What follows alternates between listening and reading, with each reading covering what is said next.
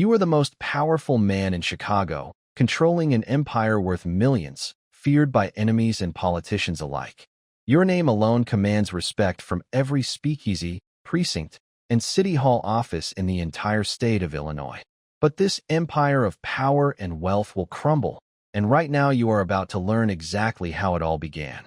You were born on January 17, 1899, in Brooklyn, New York, the fourth child of Italian immigrant parents scraping by in a crowded tenement. Growing up in the Navy Yard neighborhood of Brooklyn, you quickly learned that the streets are where real power is earned. Your formal education ends abruptly at age 14 when you strike a teacher and are expelled from school for good. You fall in with the junior ranks of the 5 Points Gang, one of New York's most notorious criminal organizations of the era. Through the 5 Points Gang, you meet the man who will shape your entire criminal career, the shrewd and calculating Johnny Torrio. Torrio recognizes your ambition and introduces you to the broader world of organized crime operating beneath New York's surface. You take work as a bouncer and bartender at a Coney Island tavern called the Harvard Inn, run by gangster Frankie Yale.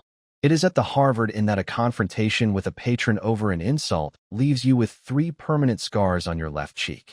The scars will mark you for life, and although you hate the nickname Scarface, the press will use it relentlessly against your wishes. In 1918, you marry Mae Josephine Coughlin, and together you have a son named Albert Francis Capone, known as Sonny. When Prohibition becomes law on January 17, 1920, your mentor Johnny Torrio immediately sees an enormous and historic criminal opportunity. Torrio has already moved to Chicago to work under mob boss James Big Jim Colosimo and urges you to follow him west. You arrive in Chicago around 1920, leaving Brooklyn behind and stepping into the most wide-open criminal landscape in America. Chicago under Prohibition is a city where illegal beer and liquor flow freely and enormous profits are there for whoever is ruthless enough to seize them. You begin working directly under Torrio in the Four Deuces Club on South Wabash Avenue, learning the business from the inside out. When Big Jim Colosimo is assassinated in May 1920, Torrio takes control of the entire Chicago outfit and brings you up with him. You are now rising fast inside the most powerful criminal organization in Chicago, and your real story is only just beginning. With Torrio's departure in 1925, you inherit control of the Chicago outfit at just 26 years old, becoming one of the most powerful criminal figures in America.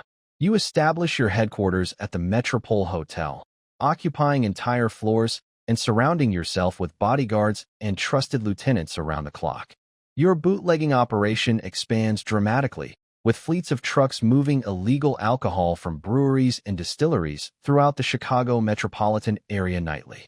You oversee a network of over 10,000 speakeasies across Chicago, each one a revenue source feeding enormous profits back into your organization every single week.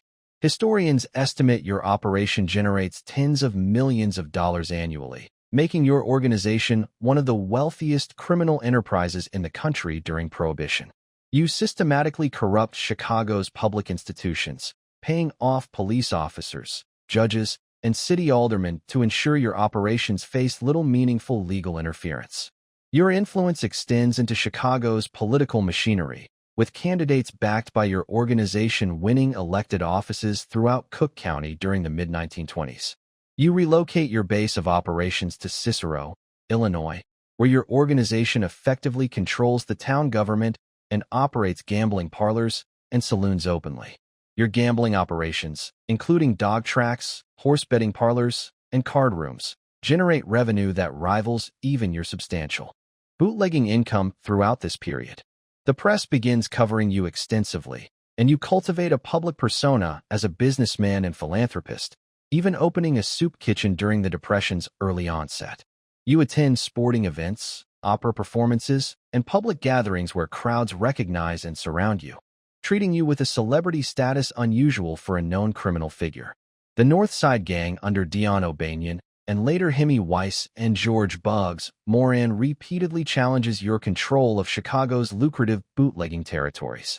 The gang wars with the North Siders intensify through the mid-1920s, with retaliatory incidents claiming lives on both sides and destabilizing the city repeatedly. After an attempt on your life by Northside Associates in 1926, you become increasingly determined to end the threat posed by Bugs Moran and his gang permanently. You move your personal base south to the Lexington Hotel, fortifying it with loyal men and using it as the nerve center for planning your response to Northside aggression. By early 1929, your feud with Bugs Moran reaches its peak, and you begin organizing a carefully planned operation intended to eliminate his leadership once and for all. On February 14, 1929, gunmen believed to be acting under your orders enter a North Clark Street garage, where several members of the Moran gang have assembled. 7 members of the Moran organization are killed inside the garage in what becomes known as the St. Valentine's Day Massacre, shocking the entire nation with its brazenness. Bugs Moran, who was not present when the attack occurred, publicly accuses you by name, and the massacre draws unprecedented national attention and outrage toward your organization. You are in Miami at the time of the massacre, and though investigators suspect your involvement, authorities cannot immediately prove your direct role in ordering the attack. By 1930, you have been officially declared public enemy number 1 by the Chicago Crime Commission, a title that transforms you into a national symbol of lawlessness. The federal government has grown determined to dismantle your empire, directing both law enforcement and Treasury agents to build an airtight case against you. Eliot Ness and his team of incorruptible agents, soon dubbed the Untouchables, begin systematically raiding your breweries and documenting your illegal operations across the city. Ness orchestrates high-profile brewery raids designed as much to embarrass and pressure you publicly as to shut down your actual bootlegging supply chain. You try to project confidence, attending horse races and public events, but behind the bravado you sense the walls of federal scrutiny closing tighter every week. Treasury Department investigators, led by Frank Wilson, spend years poring over financial records, quietly tracing millions in unreported income directly back to you. The strategy is unprecedented. Rather than convicting you of murder or racketeering, federal prosecutors choose to pursue you solely for failing to pay income taxes on your criminal earnings. In June 1931, you are indicted on 22 counts of federal income tax evasion, a legal blow that stuns even your most seasoned legal advisors. You arrive at the federal courthouse in Chicago projecting calm, dressed impeccably, but the assembled press and photographers signal that this trial will be inescapably public. When Judge James Wilkerson discovers that your lawyers have allegedly tampered with the jury pool, he replaces the entire jury panel, eliminating any advantage you believed you had secured. On October 17, 1931, the jury finds you guilty on 5 of the 22 counts, and Judge Wilkerson sentences you to 11 years in federal prison. You are initially sent to the Atlanta Federal Penitentiary, where your wealth and reputation briefly allow you certain comforts, but those privileges are soon stripped away. In August 1934, you are transferred to the newly opened Alcatraz Island Penitentiary, specifically designed to hold the most notorious federal prisoners under strict conditions. Alcatraz enforces rules that eliminate the privileges you exploited elsewhere. No special favors, strict silence policies, and complete isolation from your former criminal network. Syphilis contracted years earlier begins severely damaging your neurological health inside Alcatraz, diminishing your mental sharpness and physical capacity year by year.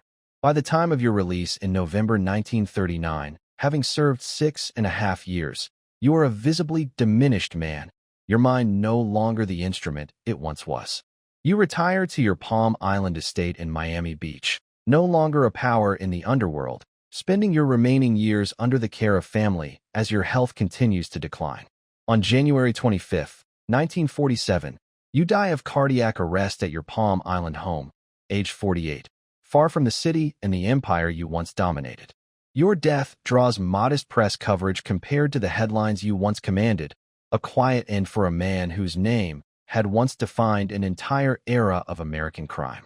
You rose from Brooklyn poverty to command a criminal empire worth millions, only to fall through a tax ledger, proof that you climbed higher and crashed harder than almost anyone.